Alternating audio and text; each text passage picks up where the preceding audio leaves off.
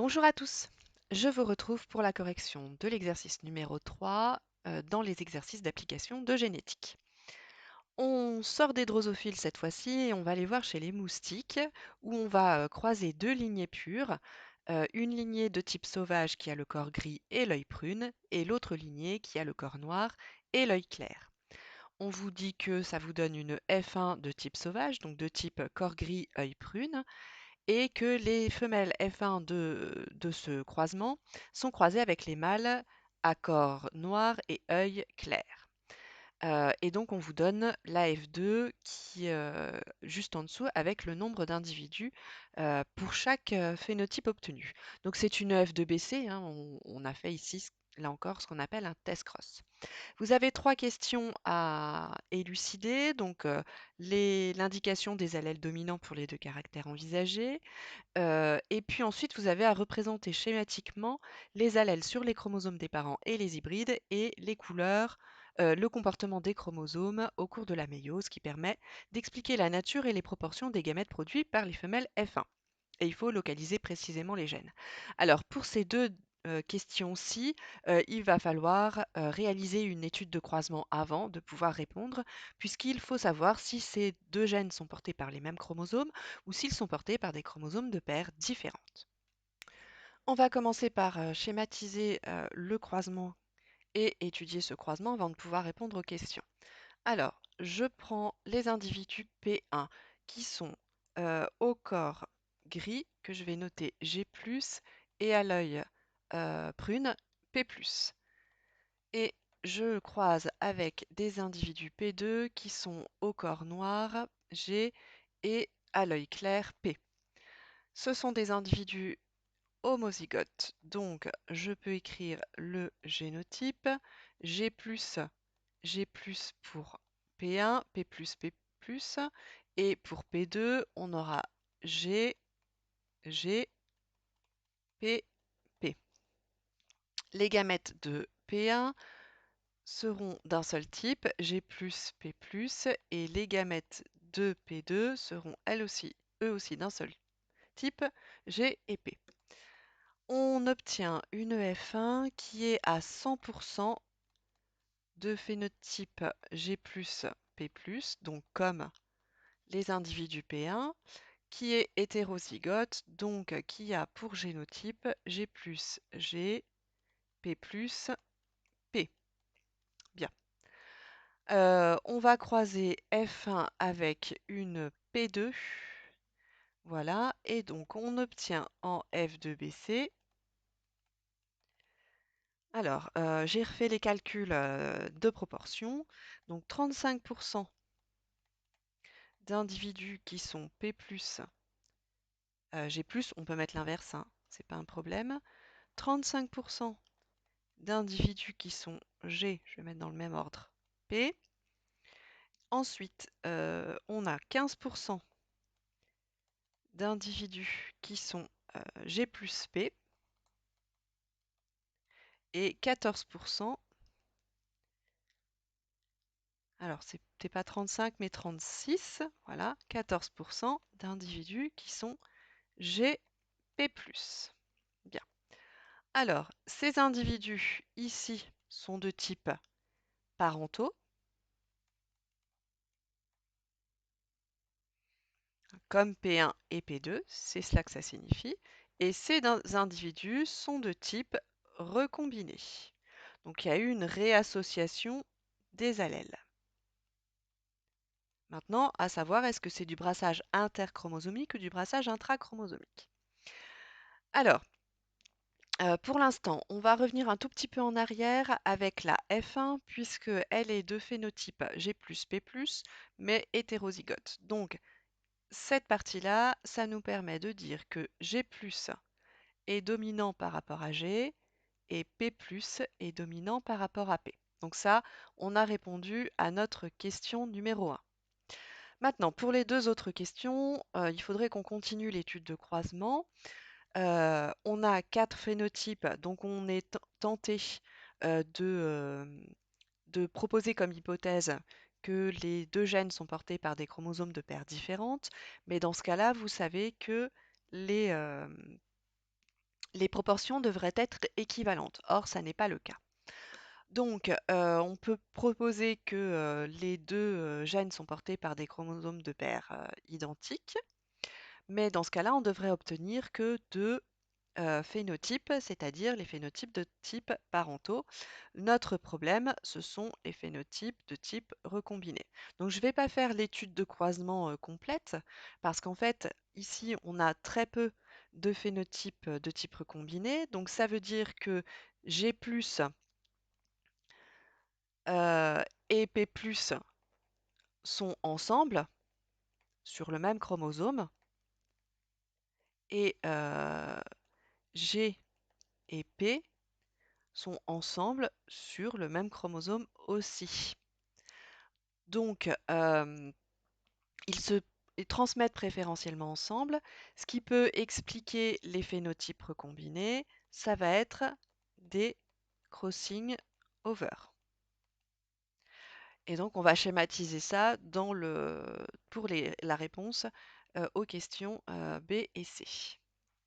Dans la question B, on vous demande de schématiser la place des gènes sur les chromosomes chez P1, P2 et F1. Donc, c'est ce qu'on va faire ici.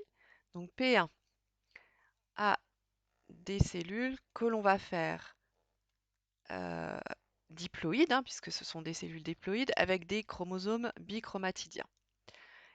On a dit que c'était porté par la même paire de chromosomes, donc c'est pour ça que je ne fais que deux paires de chromosomes. Et donc, je vais faire en rouge P+,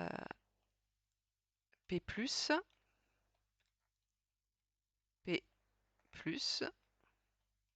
voilà, donc j'écris que d'un côté, et en bleu, je vais faire pour G, donc ce sera G+,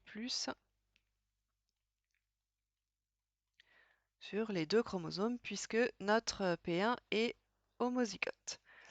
On croise avec P2, qui a des cellules, là aussi,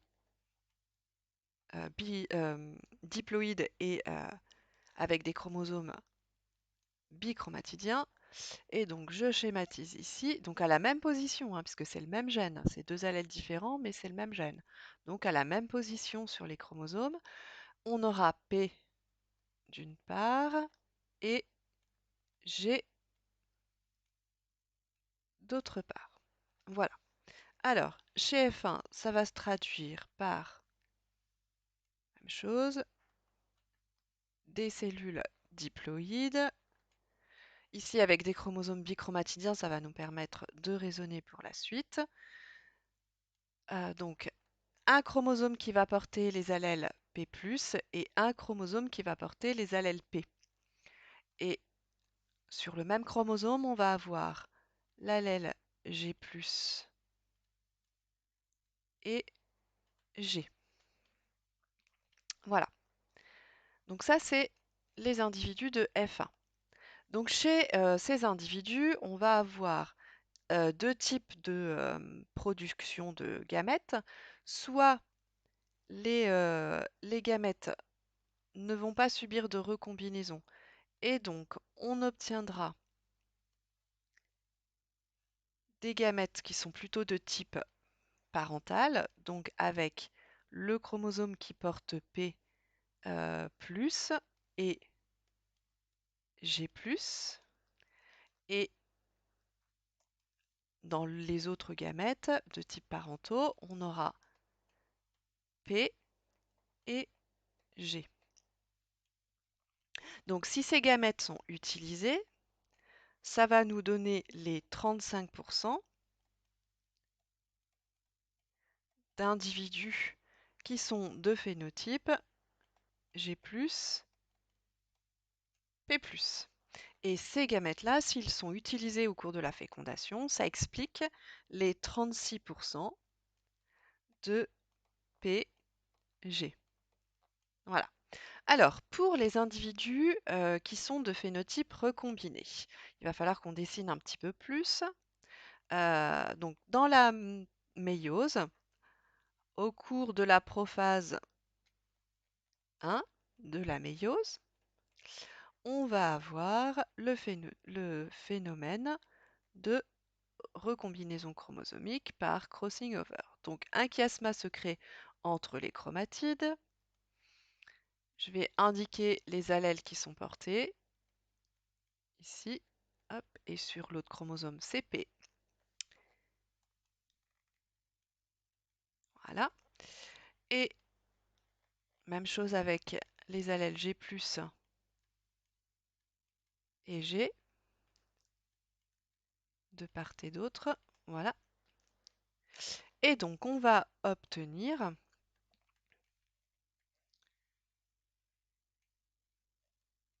des chromosomes avec une chromatide de type parental et des chromatides recombinées. Donc ici, on va voir P. Voilà. Et c'est pour les allèles G de G que ça va changer. Donc G+, ici, G de ce côté-là. Et ici, ce sera G+, G. Donc, cette cellule, lorsqu'elle va finir la méiose, elle va nous donner donc 4 types de gamètes. Voilà. Donc des gamètes qui auront comme chromosome monochromatisien qui portent P+, G+. Voilà. Ensuite, je vais dessiner tous les chromosomes, ça ira un petit peu plus vite. Voilà. Des gamètes qui portent P+,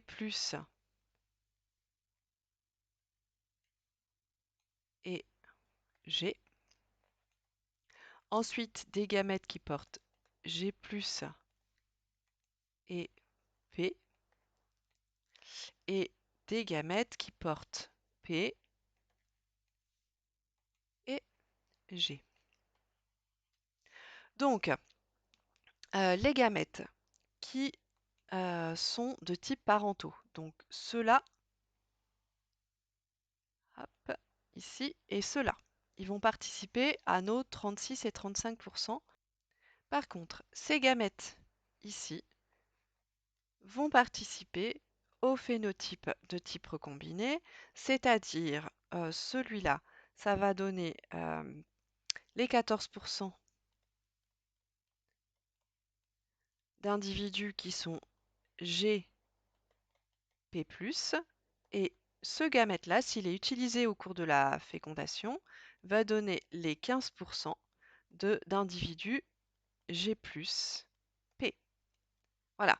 Donc, le résultat du crossing over, c'est donc l'obtention de phénotypes de type recombiné dans de faibles proportions, mais ce n'est pas un événement peu fréquent, hein. Comme on l'a dit en cours, c'est quelque chose de tout à fait normal en plus.